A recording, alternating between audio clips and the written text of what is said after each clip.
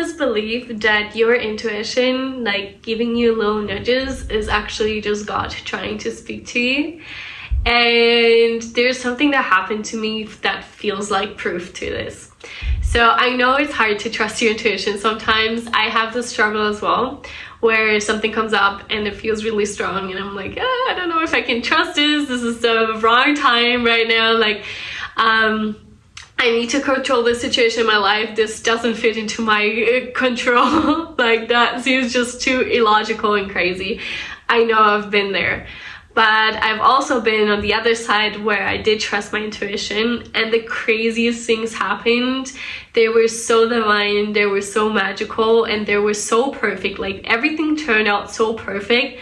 I could have never planned this myself this perfectly. Like, timing, the people that came in, all the circumstances, they were like crazy, as if it was all planned out. It's crazy. So those moments show me like, all right, God, you exist and you're behind all of this, and I can trust you.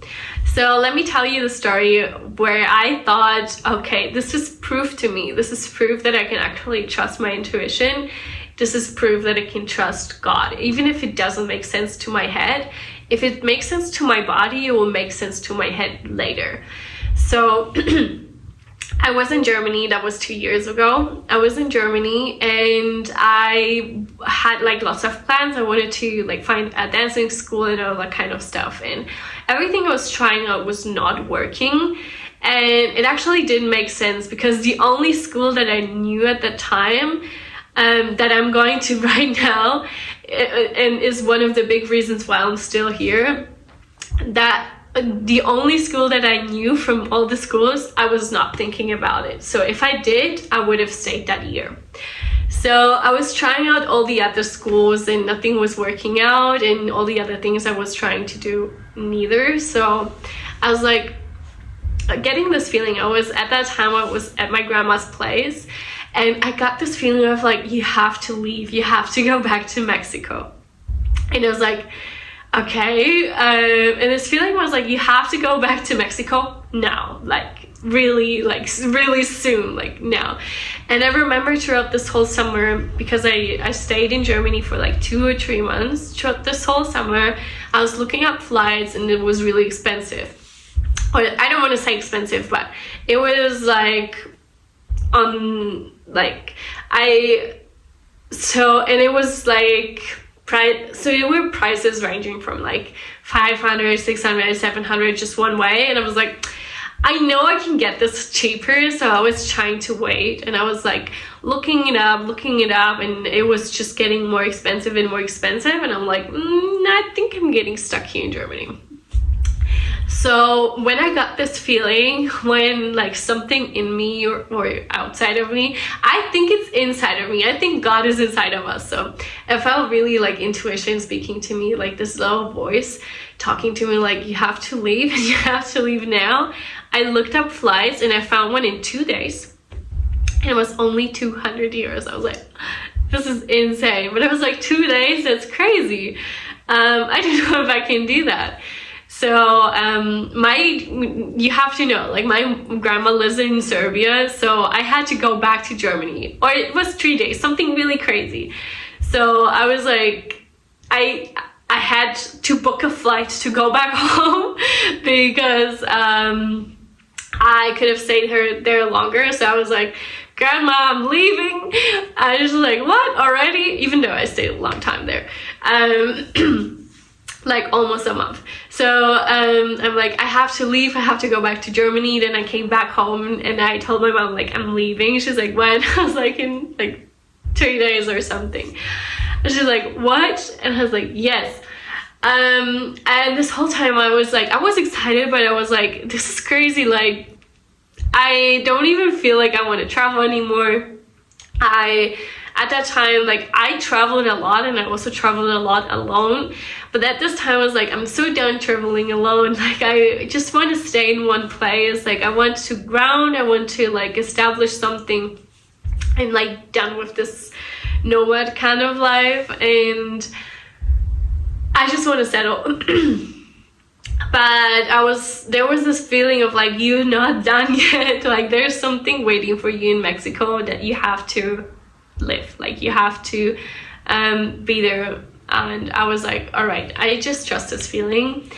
And so the flight was it wasn't from Germany, it was from Belgium to Mexico. So from Belgium to Cancun, and then I had to take a flight from Cancun to Tuxtla. So I was like, all right, I have no idea how to get to Belgium, but I'll figure it out. So I got my flight ticket first, and then I was like, how am I gonna get to Belgium now? Like, all right, I'll figure it out. And I was like, right, there's Flixbus. I found a ticket for like, I don't remember, it was like 20 bucks or something. I was like, how is all of this so cheap right now? It's crazy. So I had to get from my city to France, and from France, which is really close to France border, from France to Belgium. And then I would have to get from Belgium, wherever they like left us. I had no idea. I had no real like time to really plan this out. I would have to get to the airport. And I was like, yeah, maybe I have to take a taxi, which I hate to take taxis. I'm like a little bit scared of taxis. Like during nighttime, no way. Like you would not see me in a taxi at all. Like during the day, it's a little bit better. But I also don't really like to spend so much money on it.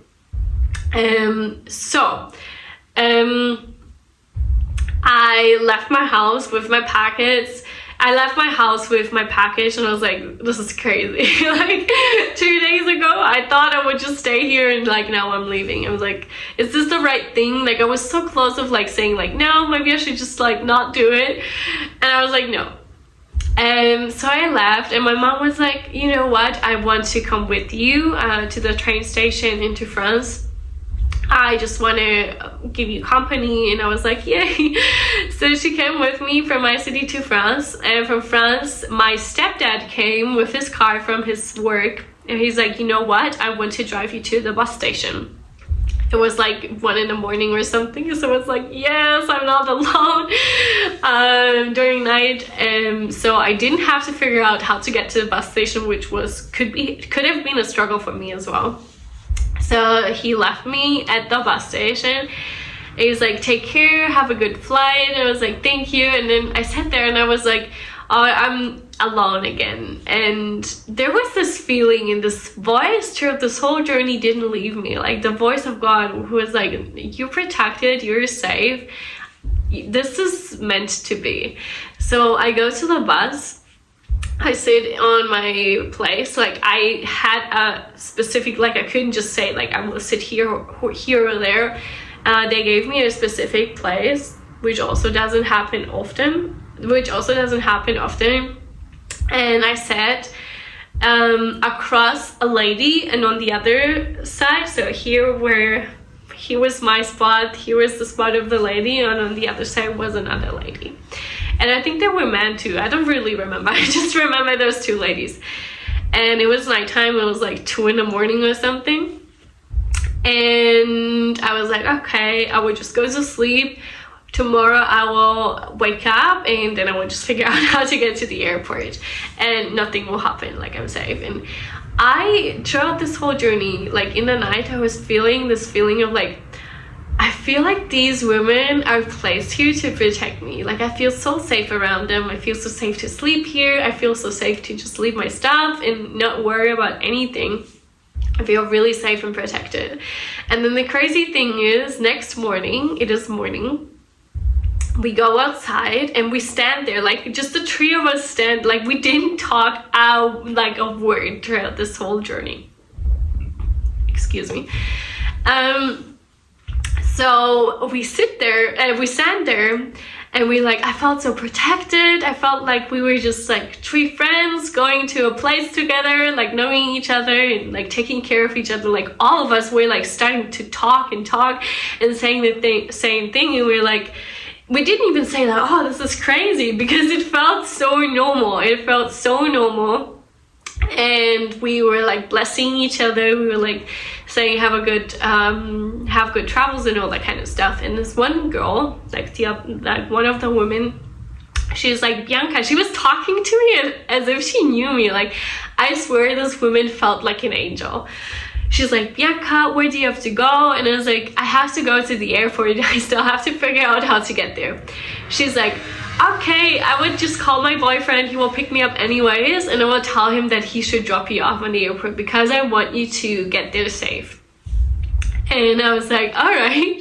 So I didn't have to figure that out. Like, that was like one of the things that came up in my mind logically. Like, you have no time to pack.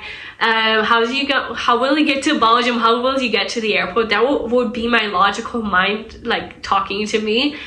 But like I said, my intuition was like, we're doing this. And God was like, I take care of you, don't worry. So I got to the airport. And I was like, all right, I got here. I was like, I was not alone, not even one single second. I was like, all right, I felt really good. I felt really fresh. I go inside, I sit down, and I sit next to a man. And he immediately starts talking to me. He's like, where are you going? Blah, blah, blah. And turns out he was African. He was from Cameroon. And he was going to Tenerife, which is the island that I lived, which was my first home. It was the first place where I felt at home outside of my country. Like, more at home than in my home country. So I was like, crazy that you live there, crazy that you live in Tenerife. So we started bonding, we started connecting. And he's like, look, I have like nuts and stuff. And I was like, yeah, and I have berries. And we were just sitting there talking about like random stuff and just sharing our food. And I was like, this is so beautiful. So I felt really protected by him. And like, really, like, I love to have this company. I love sharing food so much. You have no idea. And I felt like he was like giving me like the nutrition I needed for the journey. So I was like, all right, I need to go to the toilet. And guess what? I go to the toilet. And I was there in front of the mirror brushing my teeth. And there's this girl coming up. And I don't remember what she said, but she started talking to me. And I was like, okay, this is starting to feel really crazy. Like, I'm not 1 second alone. Like, there's always someone with me. And no matter where I went, like physically, there was always someone talking to me and making me feel protected. So this woman, and it was also aligned as well. So this woman, I was like, where are you going? She's like, I'm going to Mexico. I was like, oh. And we were on a really big airport. You could go anywhere at this point. I was like, okay. I'm like, where? She's like, Cancun. I was like, me too. At what time? It was the same flight. I was like, this is insane. This is crazy. And she was like a dancer. So this is what I was trying to manifest at that time. I was like really like desperate to go to a dance school or learn like dancing. She was like, I'm a professional dancer. And I was like, okay.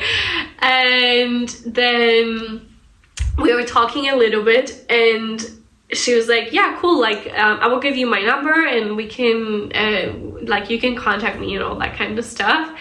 So I went back to the man and I was like, I think it's time for me to leave and go to the checkout for my flight. And he was like, okay, have a safe flight. I was like, enjoy Tenerife. And I was like, enjoy Tenerife. He's like, enjoy Mexico, and I hope to see you in Tenerife at some point. It was like, nice. So I leave to the airport and I see the woman again. I was like, all right, I know that I won't be alone on this flight because this woman is on board with me as well. So even though we didn't sit together, I felt the energy. You know, I felt like, okay, there's someone from the airport that was talking to me that I was bonding with on the same flight. It felt so cozy. I felt so good. And then here's the crazy part as well. Like, to get from Cancun to Tuxtla, like, we would arrive in the evening, like late even, like maybe we would arrive at like nighttime, like around 10. And then my flight from Cancun to Tuxtla would take off in the morning at like 6 in the morning or something, or 7. So I had to wait at least like 8 or 9 hours, like a really long time. and I could have gone to a hotel or something, but I'm really scared of taxis during the night. I'm really scared, and Mexico doesn't make it better. I love Mexico, but taxis in Mexico, if you know, you know, it's like scary. And I was also feeling like it will really stress me out to get my stuff to a hotel and then in the morning, like at 4 in the morning, like leave again. So I was like, fine, I would just stay here. Or I think we arrived at like 8 or 9. Like I had a ridiculous amount of time that I had to wait there, like 9 or 10 hours. It was really long. And I was like, whatever, I would just stay there and watch movies and read, and like time will go by or something. And then I sat down and there's this guy sitting next to me. He's like, I think you were my flight. I was like, what? I swear, it's so crazy. I think you were my flight. And I was like, okay. And he was like, where do you have to go? And I was like, yeah, I'm waiting here. I actually have to wait the whole night for my flight at 6 in the morning. He's like, oh my God, that's crazy. He's like, but I also have to wait a couple of hours, so we can just wait together. So I had this guy, like this masculine energy again. And we were just talking, and time was flying. Time was getting by so fast. And I felt so protected. And this whole time I was like, I can feel you, God. Like I can feel your magic. Like you wanted me to make sure that I arrive at home, like in Mexico, safe, and I feel protected and that I never feel alone. And that was like proof for me. So at some point he left. I think it was 4 in the morning or something. So I only had 2 hours left. And it was crazy. Like there were like kids and women coming to me and talking to me in Spanish, and I was like, oh my God, I'm actually in Mexico. I arrived here. I'm finally back. Felt so magical. And then I only had to go to Tuxtla. And since then, when I came back to Mexico, so much magic happened. Like I met the craziest people, like one of the most important people that I met so far in my life. Like I met such crazy souls that changed so much in my life. I had crazy experiences, and it all felt really, really divine. I was like, oh my God, thank God I listened to this. Thank God I left exactly that day, and I felt so protected and everything felt so divine. And I feel like throughout this whole journey, while I was there, I was like there for like 6 or 7 months, and I actually want to go back. Like it is my home. I only came to Germany to visit my family, and now I'm like kind of still here 1 year later.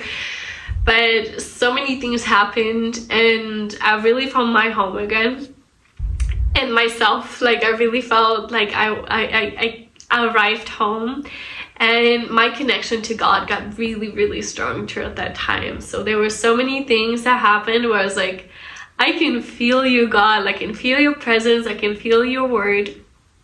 I can feel you talking to me and like giving me this feeling of light and like safety, like you're protected.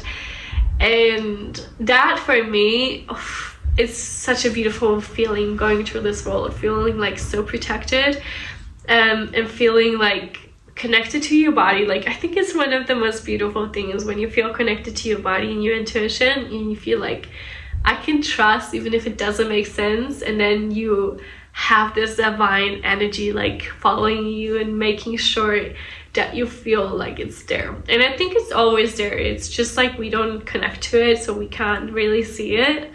But yeah, throughout this time I was like so open to it. I was like, wow, that was so beautiful. And I love to remember this story because I still have struggles sometimes where I'm like really in my head and I was like, this is how it has to be, and I'm planning everything in my head and don't let like magic come inside. Like I don't have like give so much space. I don't give so much space for God to help me out with it. And those are the moments where I'm like, I can actually trust. Like I have proof that it worked. so many times. This is just one of many stories.